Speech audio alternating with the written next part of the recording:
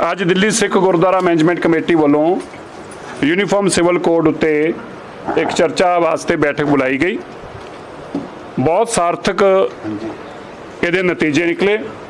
देश के 13 सूबों तो और अलग अलग संस्थावां, रिटायर्ड हाई कोर्ट के जजिस, रिटायर्ड गवर्नमेंट ऑफ इंडिया के secretaries, army man for retired army personnels, retired professors, principals, बहुत सारे बुद्धिजीवियों ने अज बैठ के इस चर्चा की।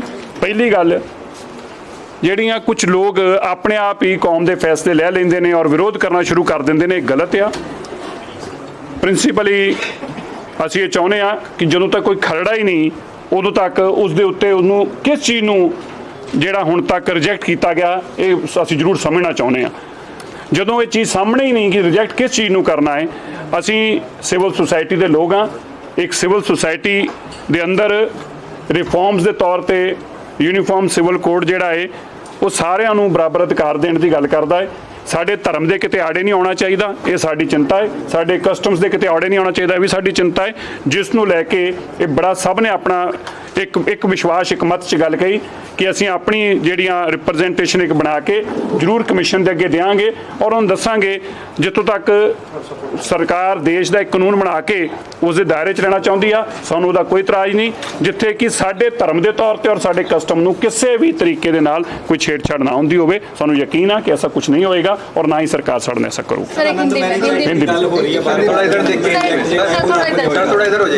आनंद मैरिज एक्ट मैं पहला देश नूं क्लैरीफाई करना चाहना है। आनंद मैरिज एक्ट नाम का अजे तक कोई एक्ट नहीं हैगा, सिर्फ मिसलीड किया जा रहा है। आनंद मैरिज एक्ट सर्टिफिकेशन सर्टिफिकेशन दिंदा, एक सर्टिफिकेट दिंदा है। एक्ट जिहड़ा साडा 1954 का हिंदू मैरिज एक्ट वही साडे ते लागू हुंदा, इस करके बड़ी लोगों को क्लैरिटी नहीं हैगी। हुण उहदी जगह ते जिहड़ा एक भारत का एक्ट होएगा, नेशनल एक्ट होएगा, जिहड़ा किसी धर्म तो नहीं होएगा। हिंदी नहीं, देखिए वो ऐसा है ना, मैं पहले तो दिल्ली सिख गुरुद्वारा मैनेजमेंट कमेटी ने आज एक यूसीसी के ऊपर बैठक बुलाई जिसमें कंसेंसस तौर पर 3 चीज़ें सामने आई। मैं पहले धन्यवाद करता हूं दिल्ली कमेटी का, उन्होंने ऐसा इनिशिएटिव लिया है। और जो लोग बिना पढ़े बिना जाने, हमारे पास कोई खलड़ा नहीं है, हमारे पास अभी कोई ड्राफ्ट नहीं है, और उसके बावजूद जो विरोध करने वाले लोग हैं, हम उन लोगों से पूछना चाहते हैं वो किस चीज़ का विरोध कर रहे हैं जब उनके पास कोई खलड़ा ही नहीं है। एक दूसरी बात, यूनानिमसली सबने ये डिसाइड किया है कि हम कोई भी किसी तरीके का विरोध नहीं है, हम वेलकम करते हैं, हम ड्राफ्ट में आने का इंतज़ार करेंगे और अपने सजेशन जो हैं हम कमीशन तक जरूर भेजेंगे। और हमारे धर्म के आड़े में हम सिविल सोसाइटी के लोग हैं और सिविल सोसाइटी जो है वो इन्वॉल्व करती है चीज़ों को और हम भी उसको वेलकम करते हैं। हाँ, हमारे धर्म के आड़े में, हमारे धर्म के आड़ में कोई भी कानून नहीं आना चाहिए, ये हमारे कस्टम्स में नहीं आना चाहिए। इस बात की हम अपना रिटर्न में जो है वो एक कमेटी पहले बनाई जाएगी दिल्ली सिख गुरुद्वारा मैनेजमेंट कमेटी की तरफ से, और जो उनके सुझाव होंगे वो हम अपने कमीशन तक पहुँचाएंगे। हम लोग यहाँ पे बिना किसी पोलिटिकल पार्टी के एफिलिएशन के बैठे हैं। मैं भी यहाँ पे as a Delhi Sikh gurdwara management committee का फॉर्मर प्रेसिडेंट आया हूं। कोई पार्टी की रिप्रेजेंटेशन नहीं है, ना ही हम पार्टी के स्तर पर कोई किसी की बात बोल रहे हैं, ना ही किसी को, सभी पार्टियों के लोगों को बुलाया भी गया है। और हम इस बात की भावना की कदर करते हैं कि देश के अंदर अगर कोई समान नागरिक कानून बनने जा रहा है जिसका कि जो कि सिविल कोड है और रिलीजियस नहीं है, रिलीजन को किसी तरीके से उसके अंदर इन्वॉल्वमेंट नहीं है, हम उसका वेलकम करते हैं। सर, पगड़ी और किरपान को लेकर बिल्कुल ना पगड़ी हमारी कुछ चीज को छेड़छाड़ करेगा, ना किरपान को ले, इस तरह की कोई भी चीज जो कि मैं फिर कह दूं रिलीजियस चीजों, ये सिविल कोड है, इसमें कोई रिलीजियस कोड नहीं है। इसलिए बार बार ये जो मिसलीड करने की बात की जाती है और फिर कम्युनिटी की तरफ से किसी का बयान ले लिया जाता है, ये गलत है। हमारी कम्युनिटी ने किसी को ऐसे ऑथराइज नहीं किया। आज भी 13 स्टेटों की रिप्रेजेंटेटिव यहाँ थी।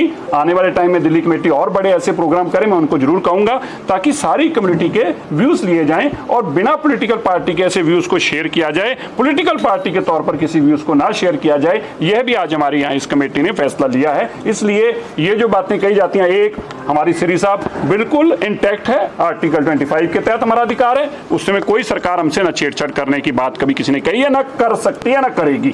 दूसरी बात, दस्तार हो या कुछ भी ऐसे इश्यूज हों, वो हमारे रिलीजियस इश्यूज हैं, उनके साथ किसी भी सरकार का कोई भी नहीं है, लेकिन ये जानबूझकर केवल विरोध करने के लिए कुछ संस्थाएं जिनका आज टकराव है सरकार के साथ या पॉलिटिकल टकराव है, मैं समझता हूं उनसे भी अपील करता हूं, उनको भी इस तरह की बातें नहीं कहनी चाहिए। सभी को ऑन बोर्ड पहले कम्युनिटी के लोगों को लेना चाहिए, फिर कोई बयानबाजी देनी चाहिए। ये गलत है जो इंडिविजुअल तौर पर अपने पॉलिटिकल एम्बिशंस को लेके जो पॉलिटिकल पार्टीज और पॉलिटिकल पार्टीज की चुनी हुई कमेटीज बयान दे रही हैं, हम उनको स्ट्रांगली अपोज करते हैं। शिरोमणि अकाली दल की प्रेस कॉन्फ्रेंस हुई थी, उसमें श्रोमणी अकाली दल को हमने बता दिया ना, श्रोमणी अकाली दल मुस्लिम पर्सनल लॉ बोर्ड भी इसी बात को कहता है कि किसी भी धर्म को तय करें। नहीं ठीक है, मैं किसी की बात नहीं करने लाया, मैं सिर्फ अपनी कम्युनिटी की बात कर रहा हूँ। नहीं, हम किसी से बात नहीं करेंगे, हम अपनी कम्युनिटी की खबर केवल बात करेंगे। ये गलत है, हर कम्युनिटी को, हर रिलीजन को अपनी बात करने का अधिकार हो, अपनी बात करें, हम अपनी बात करेंगे।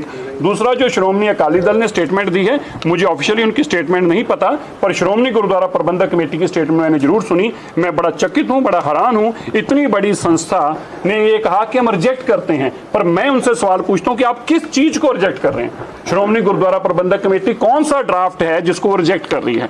कौन सा प्रोविजन है इसका जिसको रिजेक्ट कर रही है? या केवल और केवल क्योंकि श्रोमणी अकाली दल आजकल बीजेपी से अलायंस में नहीं है, उनका जगह जगह विरोध कर रही है, क्या केवल इस कारण से अगर वो विरोध कर रहे हैं तो मुझे लगता है उनको देश के सिखों की भावनाओं की कदर करनी चाहिए। ऐसी कुछ बात नहीं बोलनी चाहिए जो अटपटी हो, उनकी भी क्रेडिबिलिटी दांव पर लगती है।